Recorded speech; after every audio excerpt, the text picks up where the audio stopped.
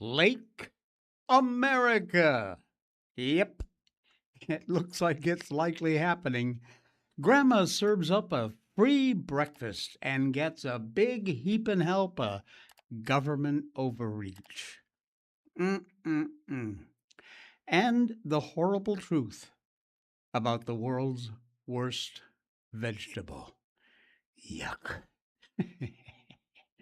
Happy Friday! Welcome in. It's the Jay Sheldon Show for a Friday. We are so pleased to have you along. Marilyn, be blessed. Praise the Lord indeed. And thank you for popping in. We appreciate it. We are live on YouTube and on Rumble. And I don't know why, but my YouTube shows two different screens. And I don't know. It's weird, okay? Anyway, we're doing great. It is a Friday. The weekend's coming, and hope yours is going to be good. All right.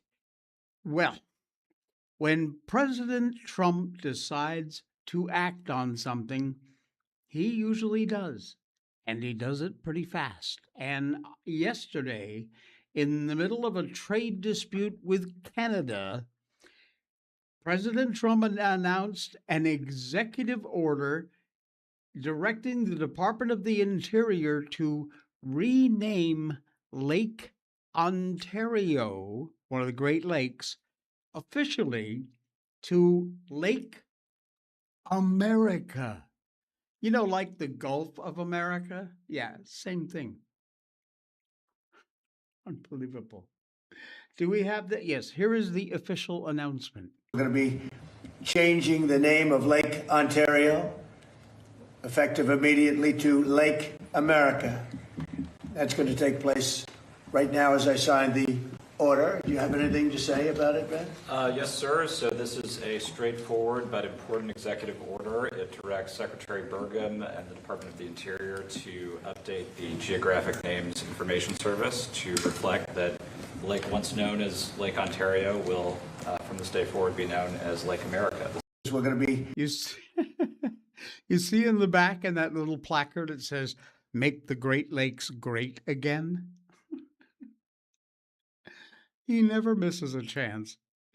This is the third major rename of huge geographic features since Trump took office. The first two being the Gulf of Mexico being changed to the Gulf of America, Alaska's Denali reverting to Mount McKinley, which it always was. And the president does have the authority to do this. He is well within his rights of office. The Department of the Interior Geographic Names Information System reports ultimately to the President of the United States. That's the ultimate boss. Very likely on the first day, this will no doubt be undone by the next Democrats who occupy the White House. But meantime, current level of Trump derangement syndrome in this Democratic Party will basically have them determined to undo every and any single little thing that Trump has accomplished or done. Good, bad, or indifferent, doesn't matter. Here's the complication, though. Now, unlike Mount McKinley, the Gulf of America and the now renamed Lake America share coastlines with other nations.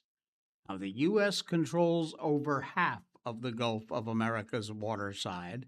In the case of the new Lake of America, it's just about a 50-50 split between us and Canada.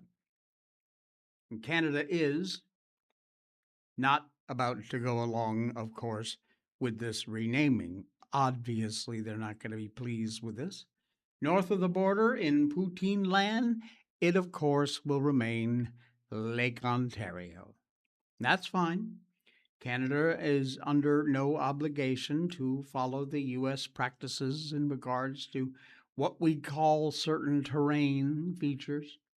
I mean, They still insist on sticking unnecessary letters in words we English speaking people supposedly share, like labor, color, flavor, favor, with those little extra U's in there. Why would they argue about our place names? President Trump, of course, has to know that the next Democrat who gets to be where he is likely going to undo all of this. In this case, honestly, what I think he's doing is just simply trolling Canada. In no small part because of this current tariff and trade disagreements the U.S. has with the great white North. President certainly isn't adverse to tweaking the nose of an opponent in his games, whether they're biggies or smallies. It's a safe bet this has the primary purpose of doing exactly that. So it is now Lake America, no more Lake Ontario. The drama is worth the laugh.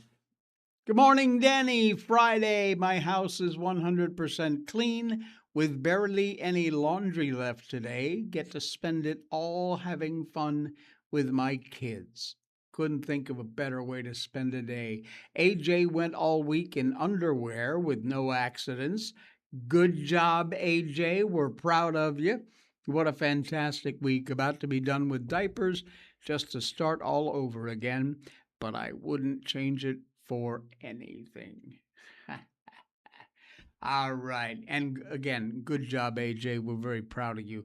By the way, Danny, I sent you an email with a little gift for AJ attached. I hope it works. All right. DeSantis is issued a first ever rule on state welfare.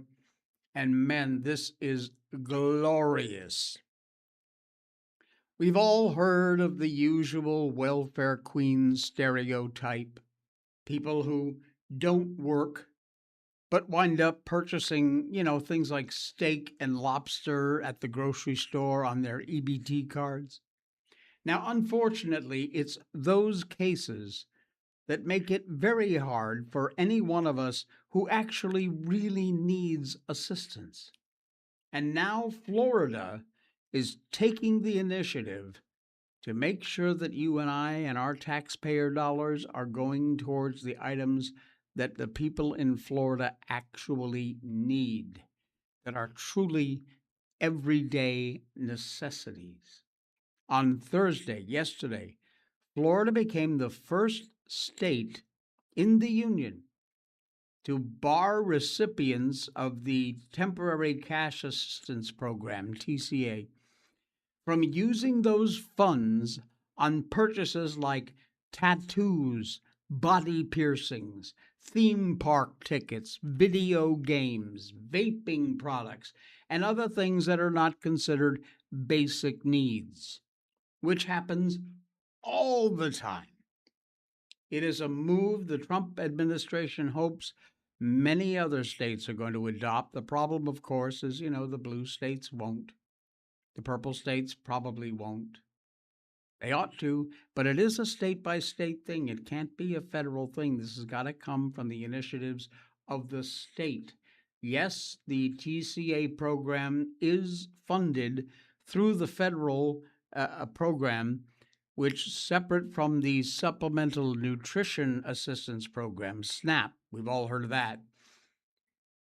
But individuals can be recipients of both programs. The Department of Health and Human Services for Children and Family, huge tip of the hat to Governor DeSantis for implementing what they're calling common sense restrictions on inappropriate luxury and non-essential purchases. A letter to the government. DeSantis said of the new restrictions, taxpayer-funded assistance should help families put food on the table, keep the lights on, purchase clothing, provide for their children, and overcome barriers on the path towards independence. We will continue to support Floridians who genuinely need assistance while working to improve accountability and transparency so that these programs operate as intended. They have already, by the way, in the past, prohibited purchases of things like alcohol, as well as purchases at adult entertainment businesses. Oh, yeah, they were used before and paid for with your tax dollars. Casinos, commercial bingo. The new plan goes way past the merchant specific restrictions and targets specific items at any location. Other items in the updated plan include nicotine products and pornography. Why do we even have to say this? It should be so obvious. Yeah, you're right, Marilyn. There you go. It's just here in the story about how they are also used, that they were used and accepted at casinos. Of all, look, I'm a big fan of casinos. I haven't been in over a year probably, but love casinos. But come on. I'm sure that my tax dollars can go to something better than a tattoo parlor, an adult entertainment center, and a casino. Unbelievable. Back in April, Florida, along with a lot of other states, also implemented restrictions on sugary drinks like soda, energy drinks, candy. Even though the new rules are going to get a lot of chuckle for being on things like tattoos and psychics, the fact that Florida is the first state to put out these restrictions on their welfare system, bit of a head scratcher, actually. But the new plan is going to prompt, hopefully, a lot of other red states to overhaul their own assistance programs to prevent our taxpayer dollars from supporting bad habits and the purchase of luxury items that aren't snuck under the radar. Oh no, you go on Instagram or TikTok, you'll see these people paying for all kinds of stupid things with their free government money.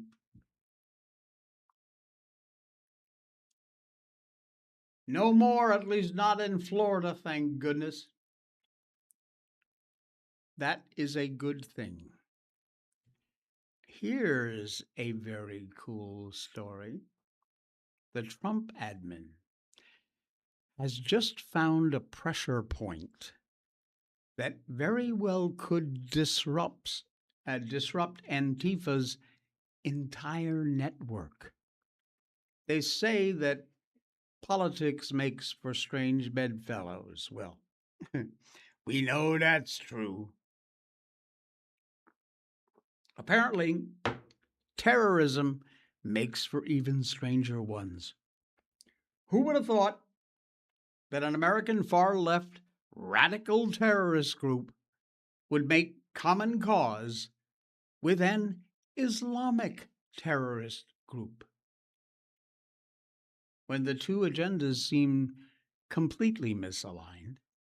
And yet, that apparently is exactly what seems to be happening.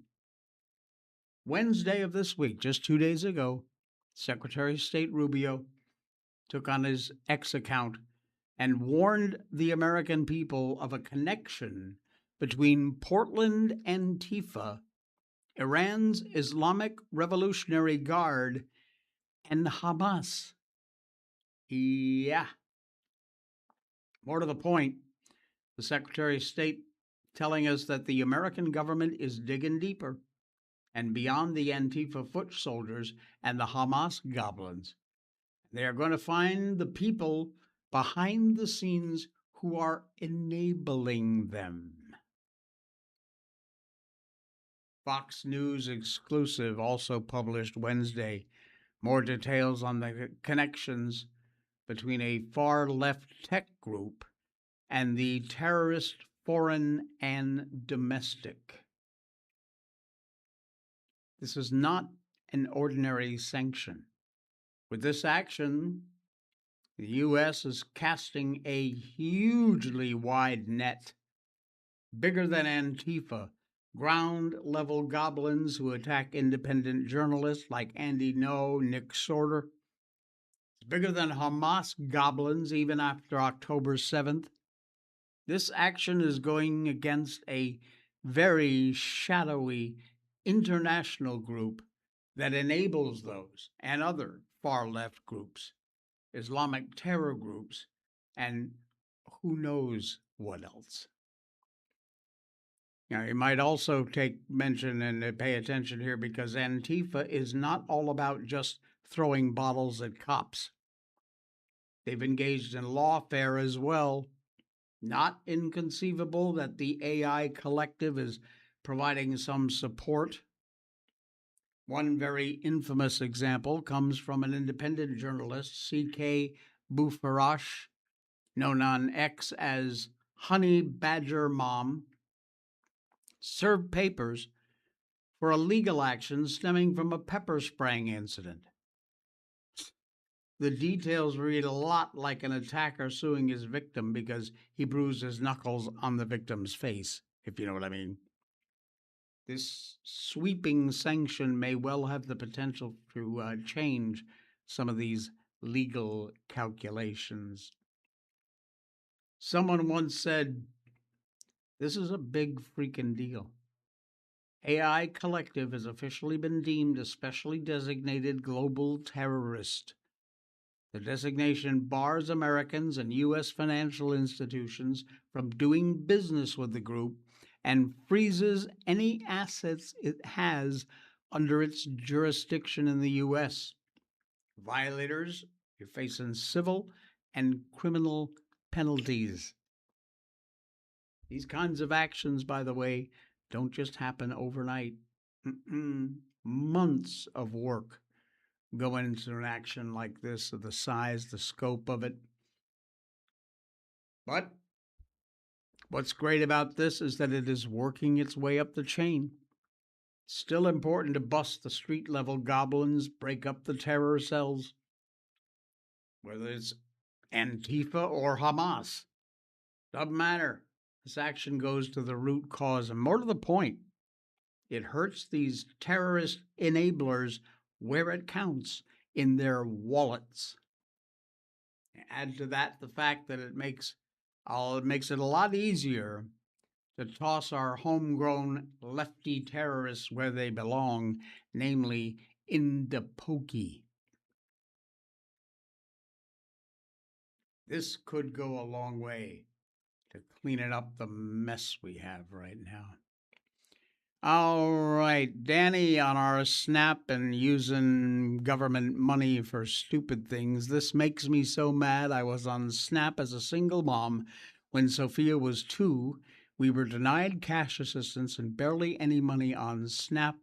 We had to go to food pantries. I've been there. My mom, after my father had taken off, we had government cheese and all those other programs we were on when I was a early teenager. It was not fun. How do these people get so much? I came home from payday with about $30 for the next 2 weeks, going to free clothing places for my daughter. I don't understand how people get so much. I wish I knew. I have no idea. But they certainly do seem to come up with a lot of money. All right. How about a big, flavorful, rich, never bitter sip of Blackout coffee?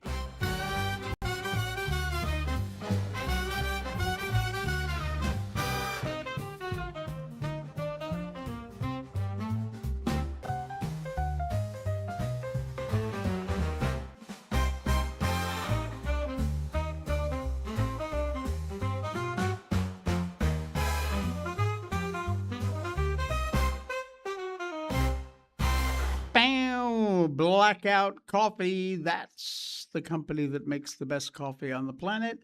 They work with American co-ops and American farmers to grow the best beans. They only roast them after you place your order. They are a 100% American company. They even support our troops. When you make a purchase, they send coffee to our troops overseas protecting this great country. They've got flavored coffees, all of which every one better than the last. They've got coffee pods, of course, flavored, instant, you name it, and you got to check them out. Just try a single bag. If you can't grind your own whole beans, no problem. All their favorite roasts also have give you the option to have them grind them for you. So, not a problem. Blackout Coffee, use the link down in our description over there and use the code J20 if you're a first time customer to pick yourself up 20% off your first order at Blackout Coffee. Thank you, Blackout. We love you guys. All right. Oh, man. Here we go.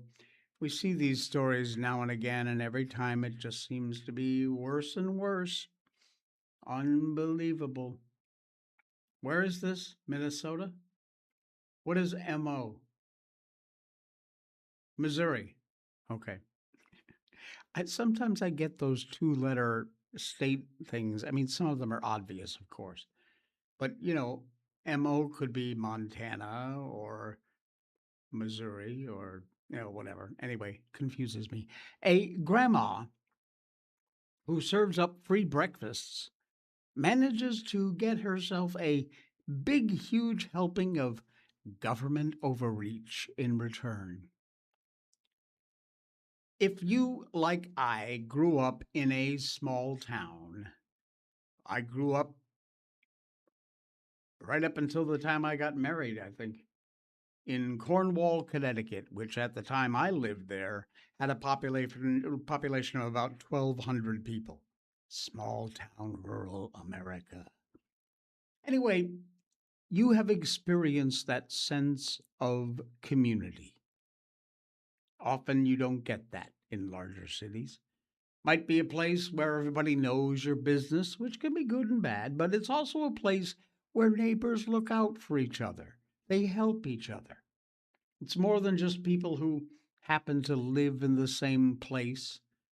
There is truly a feeling of your neighbors, your townsfolk, being kind of a extended family, if you will. But what happens when the long, idiotic arm of our government decides that helping your neighbors needs to be regulated? Kathy Kite, she's a grandma, lives in a small town, Harrisburg, Missouri, about 30 minutes outside the college town of Columbia. And when the local gas stations stopped serving breakfast after COVID began, the regulars at the station kept asking for it. And when Katie began inviting people back to her house and cooking them breakfast, great. What began in May as a small early morning gathering for just a few people in this tiny town had suddenly blossomed into a lot more residents. This town has only 300 people in it, and most of them were stopping by Kathy's house in the morning to grab a breakfast or a quick cup of coffee, talk about the farming or the weather, whatever was the topic du jour. Things small people talk about, small town people, not small people. Moms bringing their kids for breakfast before school. But as the old saying goes, no good deed goes unpunished. And Kathy Kite certainly finding that out. Listen to this bullshit. In July, she got a letter from the Columbia Boone County Public Health and Human Services Department.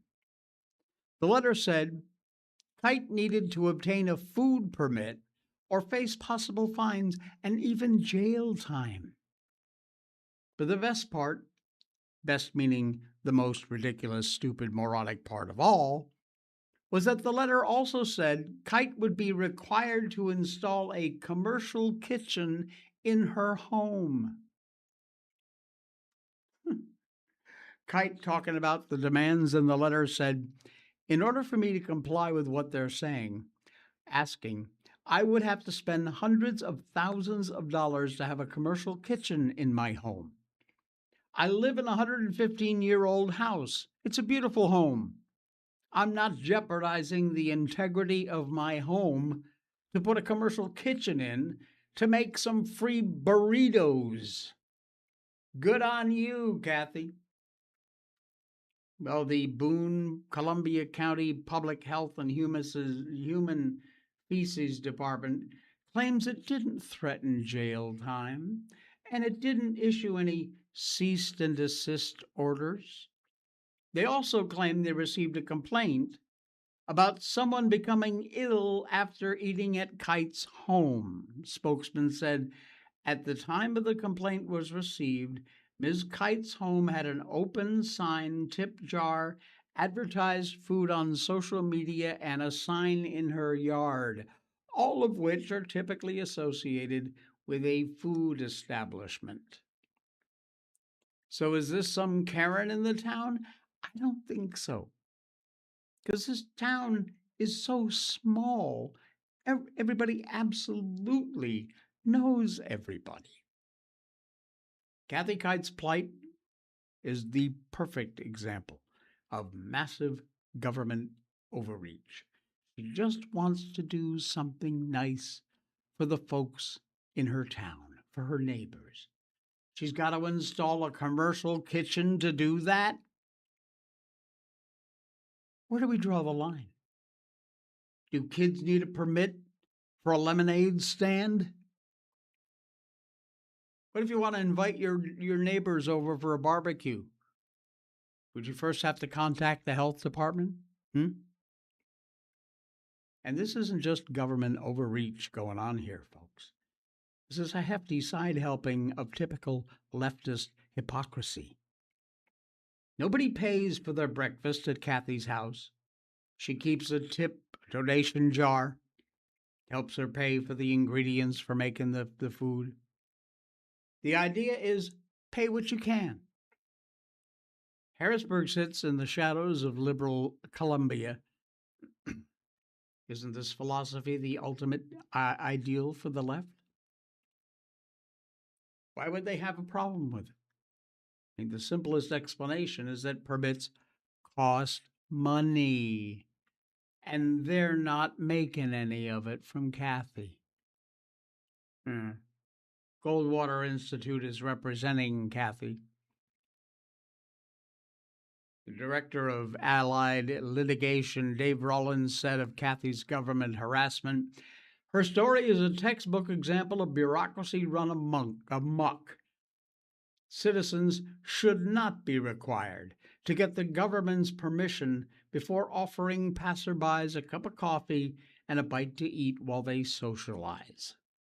The government exists to protect this sort of neighborly kindness, not to punish it. And by the way, this Kathy Kite, she's got a pair. Oh, yeah, she's not backing down. She says, I'm not going to stop providing for my community.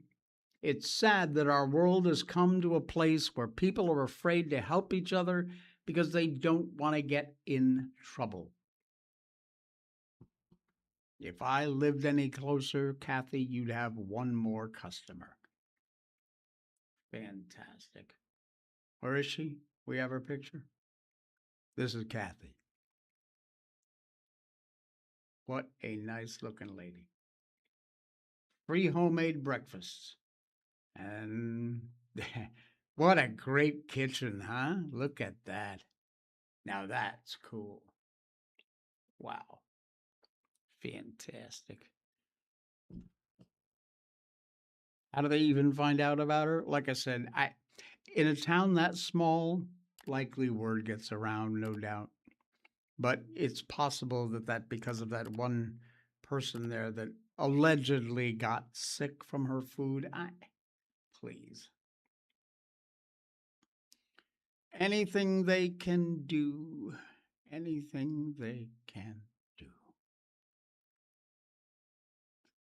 We, my friends, are becoming an empire of fraud and shameless crony grifting. We proud of that? No, we're not. You look at the decline of American institutions, a widespread spiral into debt, financial instability, and you wonder, How is all this happening? Last year in Kentucky, a Republican senator read a list to a school superintendent.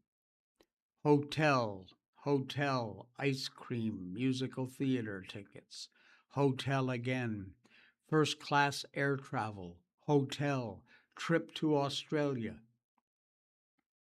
Officials with the school district credit cards racked up hundreds of thousands of dollars a month in insane charges that in most cases had nothing to do with educating children.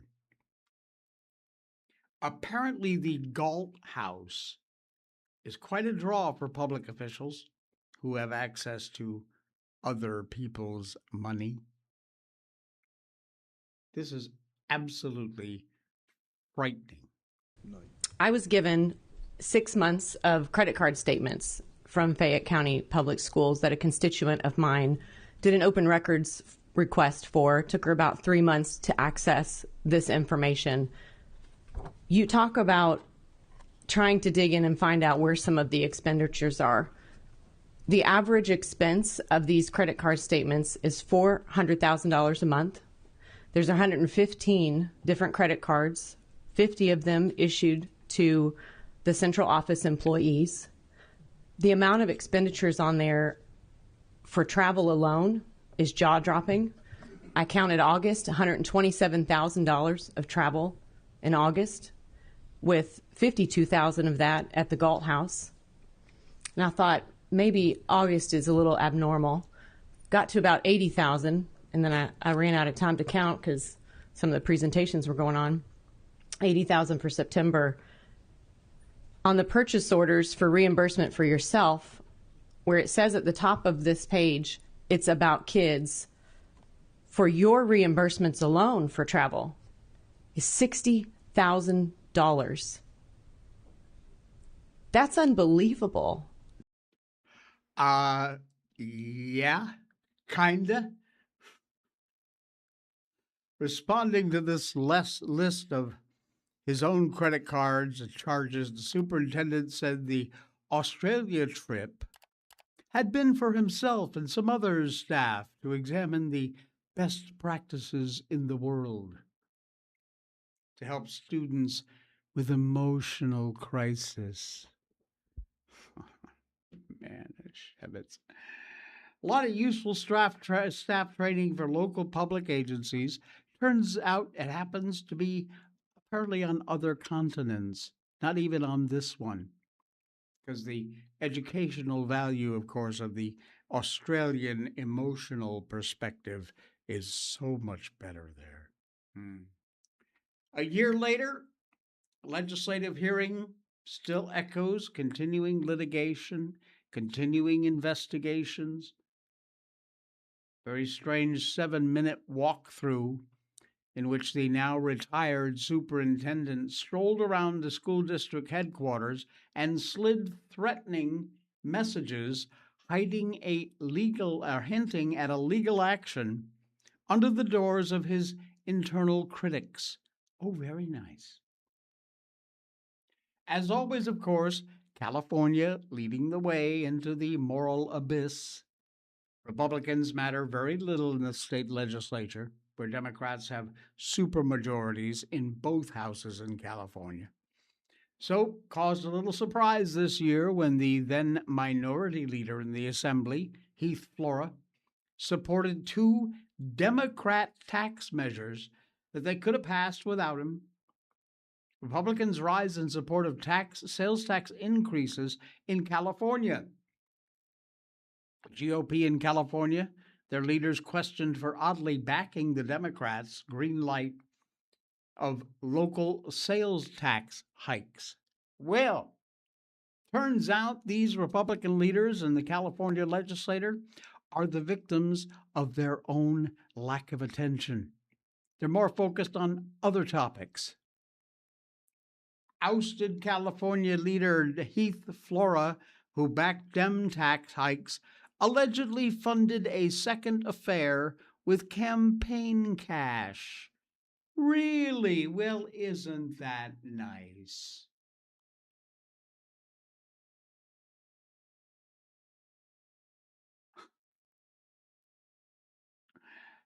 That's the best part. They got the receipts. So deal with that. All right. Patriot Mobile, America's only Christian conservative mobile service provider, and it is who you should be doing business with. When you choose Patriot Mobile, you're not just picking a wireless provider. You're choosing a company that shares your values. It's easy to switch, and you can keep your number, your phone, and most importantly, your values. With Patriot Mobile, you get the power of nationwide coverage on all 3 major networks. That means wherever life takes you, we've got you covered on the same reliable networks you already know and trust. And when you need us, we're here for you right here at home. Our customer service is 100% US based because we believe that support should come from people who understand you and your values. At Patriot Mobile, you're not just another call, you're a priority. In today's world, where you spend your money matters more than ever, every dollar is a vote for the kind of future you want to build. Join the thousands of Americans making a difference with every call, every text, and every connection. Choose a company that shares your values. Choose Patriot Mobile. PatriotMobile.com/JJAY. That is the link. If you forget it or you want to go after the show, it's right down there in our description. You'll find it there. Use that link. Your first month is free. Keep your phone number, but the money you spend on your bill every month is not going to any of these lefty causes. This is America's only Christian conservative mobile phone provider, and it is exactly, they use all the same network guarantee, 4G, 5G coverage. Wherever you are, you're covered. PatriotMobile.com/JJAY. Am I whispering? I don't know. To the moon, Alice, and maybe to Mars, too. Trump is planning and pledging to launch more rockets into space. I just can't help it. I love this whole Elon and Trump and NASA and all that good stuff. The U.S. competing with China in the race to get astronauts back on the moon before 2030, more than 50 years after humans first walked, allegedly, on the lunar surface. Trump pledged to blast more rockets into space in a push to boost U.S. space travel, including to not just the moon, but Mars. Oh, yeah, he said that yesterday at the White House, competing with China to race to land astronauts on the moon. Their policy aims to reinvigorate America's leadership in space transportation, enabling over 1,000 launches and re-entries on U.S. soil every year by 2030. That's crazy. A memorandum published yesterday, Trump called on the space agency NASA to facilitate commercial transportation to and from the moon, to facilitate commercial robotic access to Mars, and explore commercial avenues to send humans to and from Mars. How about that? NASA already pushing to create a lunar surface base, plans to use a robotic vehicle to build infrastructures that future humans could explore the moon, eventually make use of it. And the president is also trying to encourage private investment in the U.S. space exploration, called on his government to identify additional sites to launch and land spacecraft. NASA is aiming next year, that's not that far away, to test an in-orbit rendezvous between its spacecraft and at least one lunar lander, which billionaire Elon Musk and Jeff Bezos are racing to develop with their rival firms of SpaceX and Blue Origin. Musk, of course, founding SpaceX back in 2002 with the goal of ferrying humans from this planet to Mars.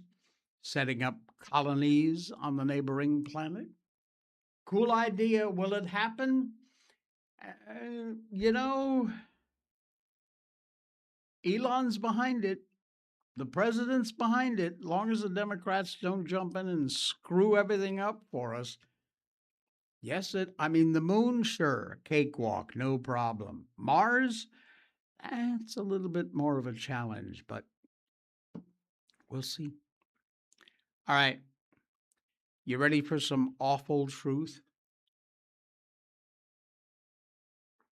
How about the horrible truth about the world's worst vegetable? First of all, what do you think that is? Put it in the chat. What do you think I personally consider as the world's worst vegetable? And by the way, just as a little hint, I love Brussels sprouts. I do. I absolutely love Brussels sprouts with a little fresh creamery butter on top. Ah, so good. I haven't had them in ages. So, what do you think? Well, like a lot of other people, my introduction to this particular vegetable came courtesy of an educational program on NBC. It ran during the 80s and the 90s. It was called Cheers. Brussels sprouts don't even start, Jay. I love Brussels sprouts. They're so good. Anyway, no, it's not Brussels sprouts. This 1990 episode, bartender struggling actor Woody lands a commercial gig for something called Veggie Boy, which is like a V8 knockoff and a shade of green that you would probably never willingly put in your body, and not one particularly associated with, good things on your taste buds. And Woody only takes his first taste of Veggie Boy after he films the ad and is horrified to learn that he'd endorsed a drink he couldn't stand. So he did what any one of us would have done in that situation, assuming we're all sitcom characters. He had his psychiatrist friend Fraser hypnotize him so he would enjoy Veggie Boy. But first, Fraser had to try it himself. Now, this is extremely loud, so hold on. Let me go over here and turn this down because it is crazy loud. Wait a minute now. Can't be that bad here. Let's take a look at the ingredients. Water, broccoli, cauliflower, and kale. Well, maybe it just sounds bad in black and white.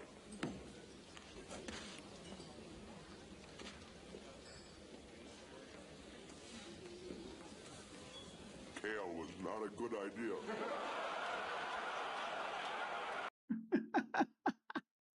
Yes, by the way, if you haven't guessed by now, I'm talking about kale.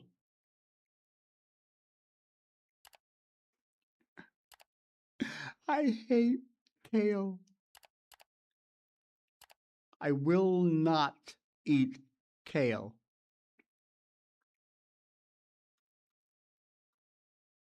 It's supposed to be good for us, you see. Have you never tried kale, by the way?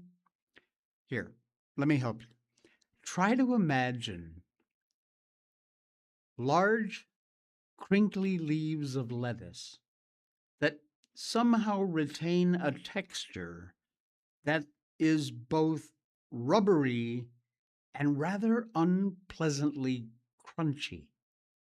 And no matter how long you boil it, or broil it, or fry it, or saute it, or whatever the hell else you do to it, to try and make hell lettuce palatable, it is never, ever going to work.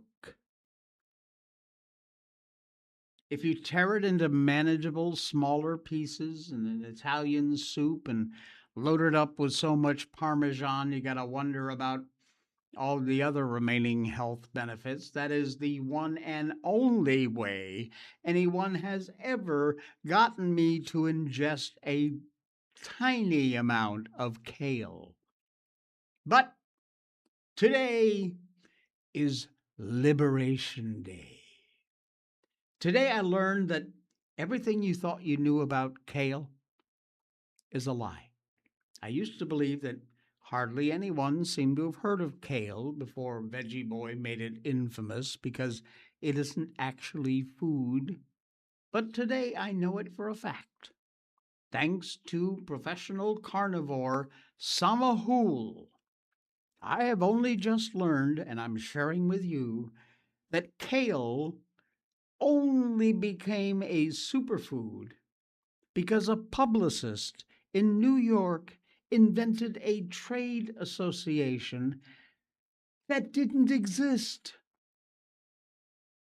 Before all the hoopla, the biggest kale buyer in America, Pizza Hut. Not for the menu. They bought it by the ton. 14,000 pounds of kale in 2012 and laid it around the salad bar to hide the ice. And then at the end of the shift, threw it away, which is the only place for kale. In short, kale was the stuff they put food on. Nobody was meant to eat it. It was the doily. Now, I did a little digging, and Hoole might have actually undersold the whole imaginary American Kale Association's origins and effort on the nutrition side. He is on shakier ground, but maybe not by much. Now, if you're getting older, what you need is more protein and more iron.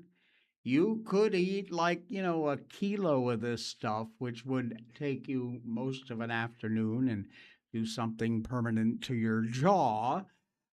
Still not catching up with a couple of eggs worth of digestible protein, I might add.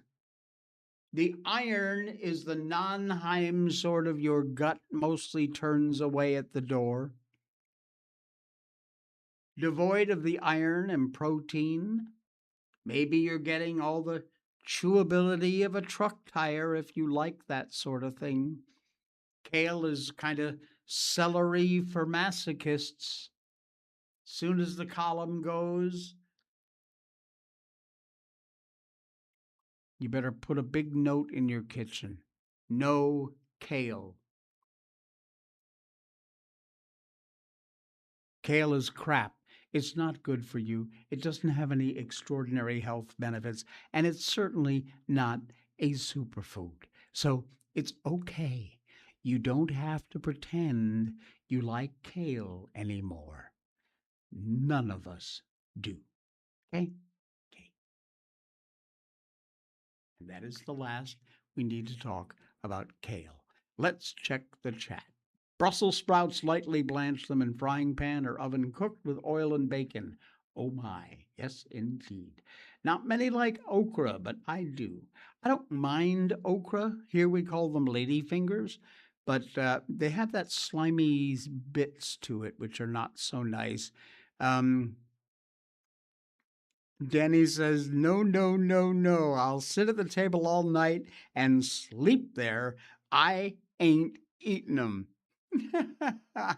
It's how you cook them. You can do the same thing with the BS I noted about the above and the garlic, Brussels sprouts.